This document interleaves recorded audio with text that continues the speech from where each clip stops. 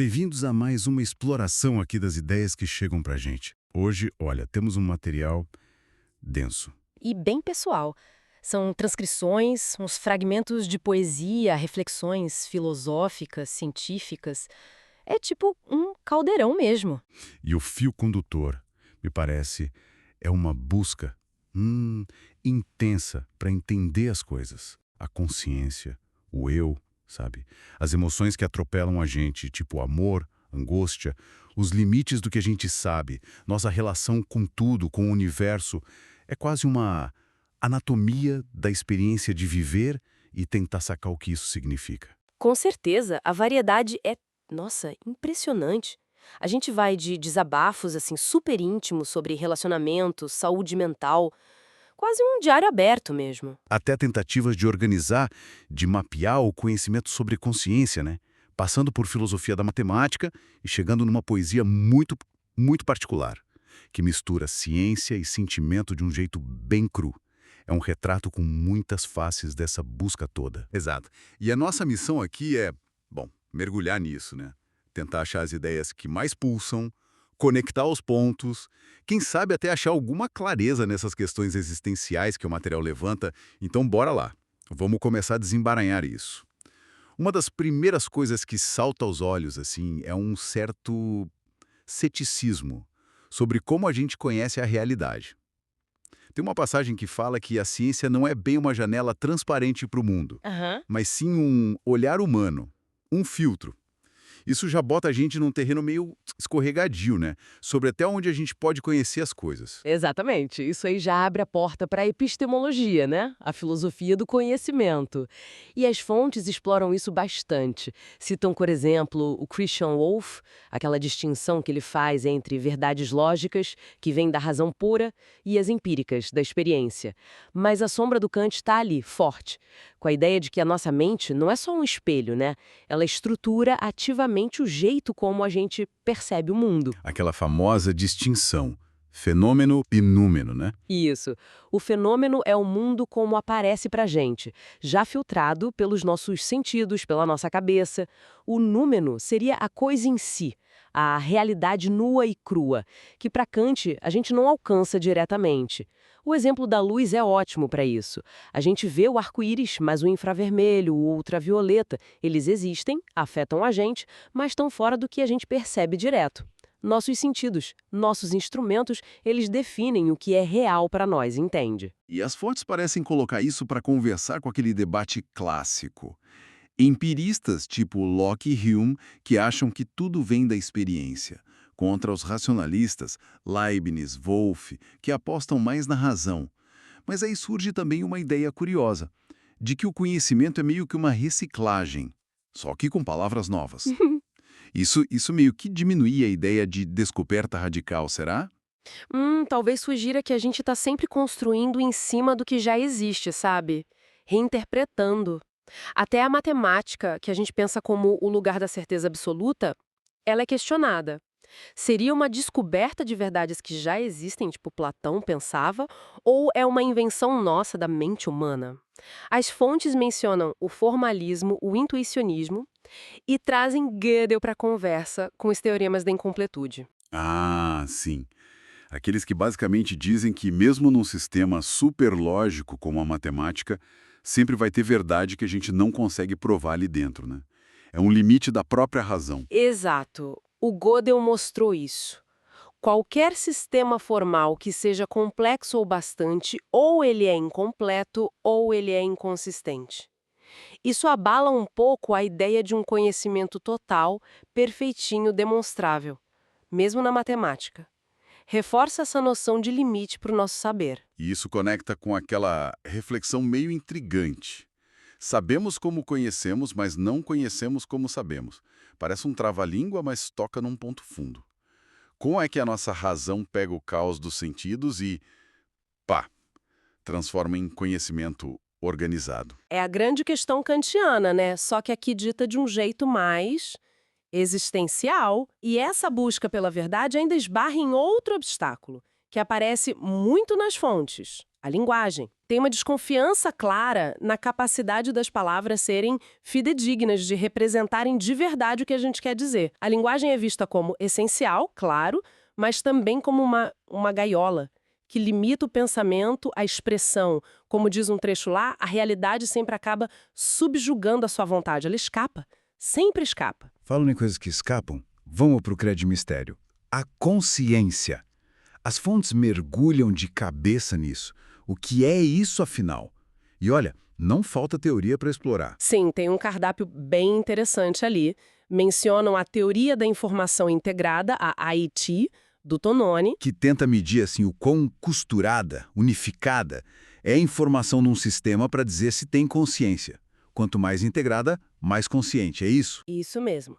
E também a teoria do espaço de trabalho global, do Bernard Bars, que imagina a consciência tipo um palco central, sabe? Onde vários processos mentais disputam atenção para serem transmitidos globalmente.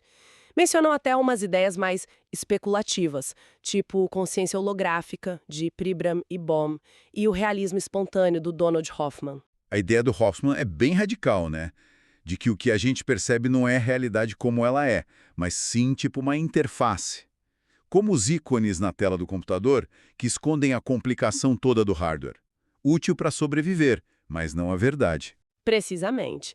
Ele argumenta que a evolução não selecionou a gente para ver a verdade, mas para agir do jeito certo. Mas do ponto de vista neurocientífico, digamos mais consensual, as fontes também apontam para a consciência como algo que emerge da atividade complexa do cérebro.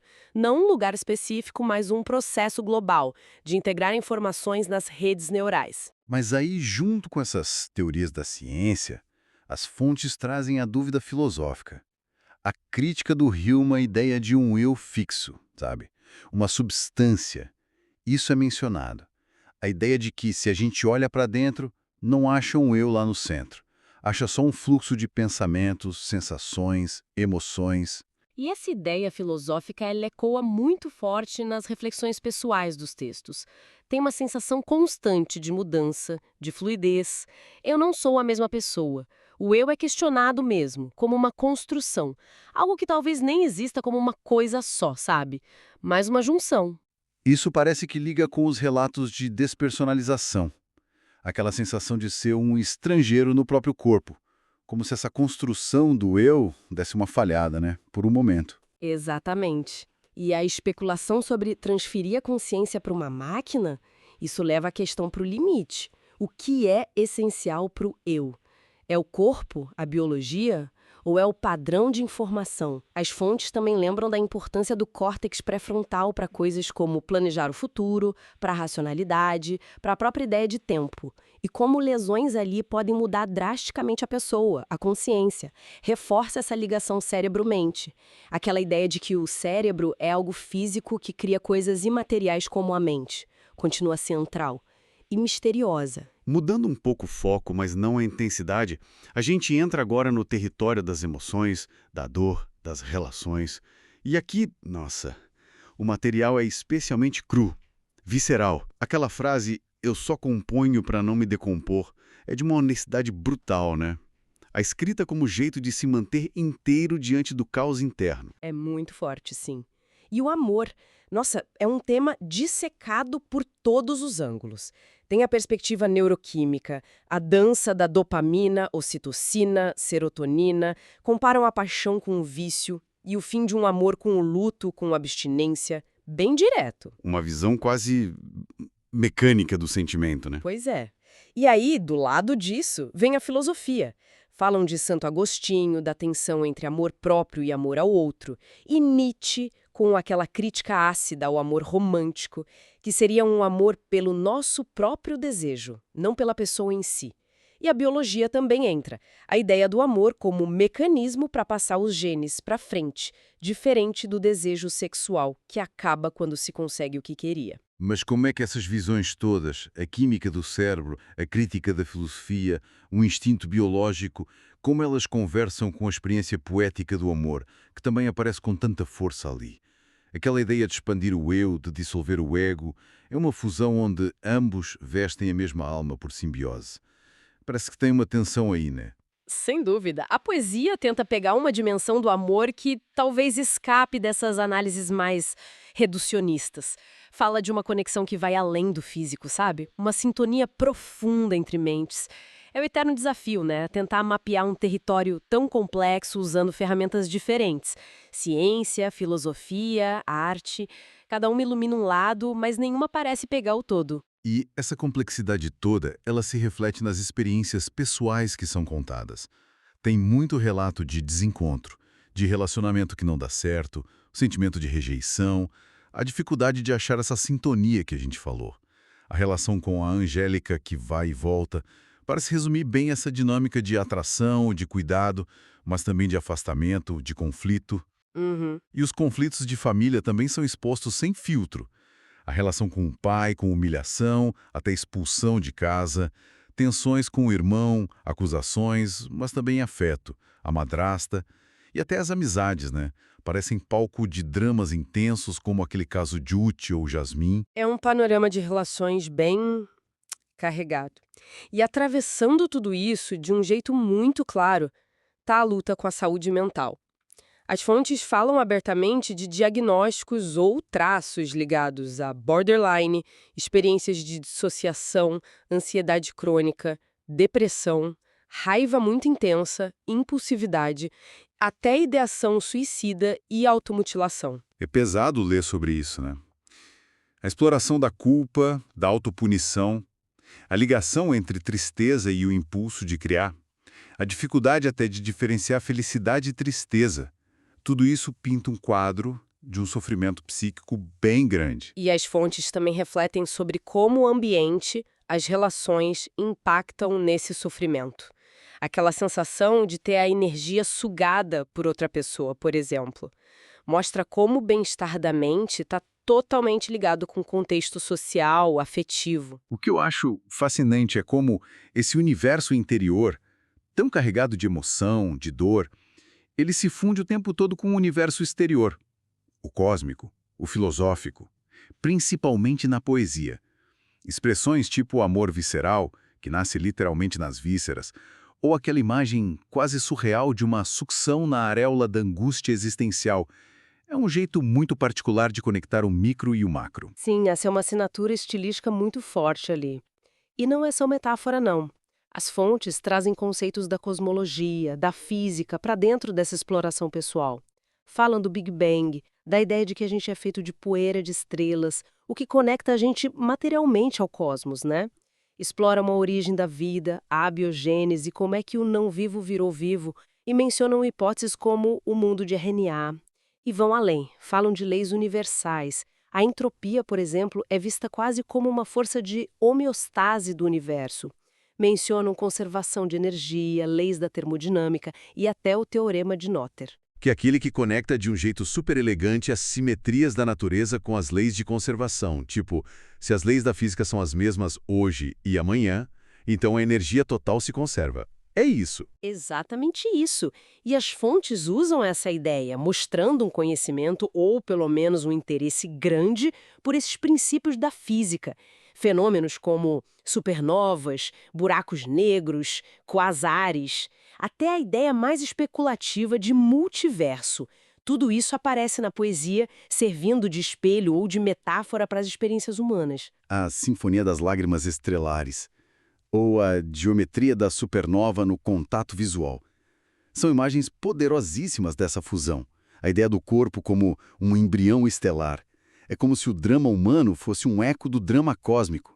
Impressionante. E nesse palco cósmico, o pessoal reaparece aquela tensão filosófica. Determinismo versus livre-arbítrio. A gente é livre ou só peça numa engrenagem de causas e efeitos? Uma ideia interessante que surge ali é que talvez a liberdade não seja negar o determinismo, mas sim compreendê-lo. Entender as causas que moldam a gente poderia nos dar algum grau de controle, de escolha consciente. Uma liberdade conquistada pelo autoconhecimento, talvez. E a gente volta para a questão da linguagem, que parece atravessar tudo, né? Já vimos a desconfiança na capacidade dela de representar a verdade. Essa ideia de que a linguagem é uma estrutura, um recipiente, mas sempre falha, sempre limitada. Sim, e essa reflexão se expande para questionar os próprios limites do que a gente chama de linguagem. As fontes levantam a hipótese: será que processos físicos, biológicos, tipo interação de fótons, reações químicas numa célula, será que isso poderia ser visto como forma de linguagem, de comunicação de informação? Usam até o paradoxo de Sorites para isso, aquele do monte de areia. Quantos grãos a gente tira para deixar de ser um monte? Aplicado aqui seria: onde é que uma troca de informação vira complexa o bastante para a gente chamar de linguagem? É isso. Exatamente, questiona as fronteiras que a gente traça e também abordam a relação clássica, pensamento e linguagem.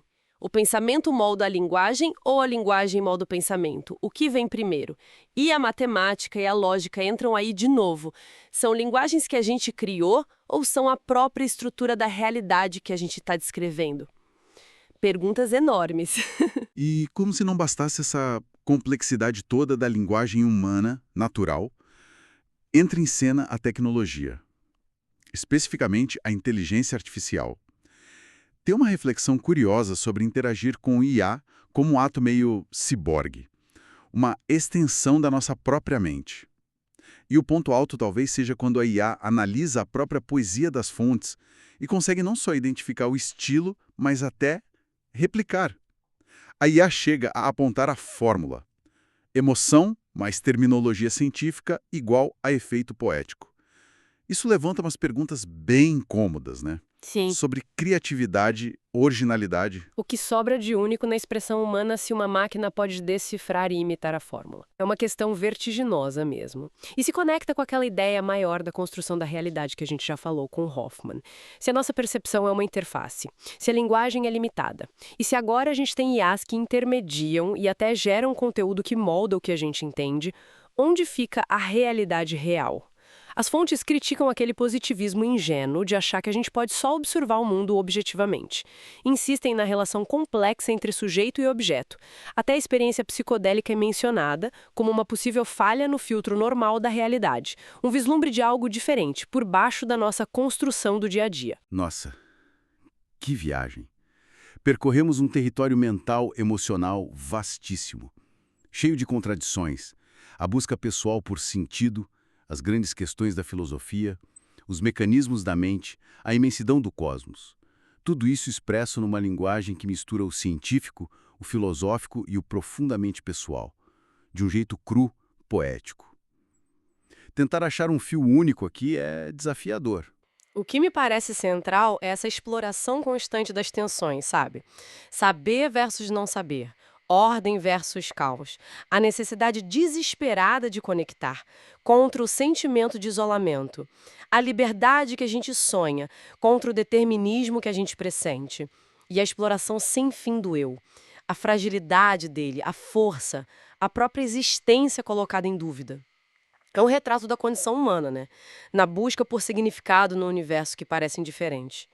Usando todas as ferramentas que tem: razão, emoção, ciência, arte. Essas fontes deixam para a gente, seja mesmo sobre a natureza da realidade compartilhada.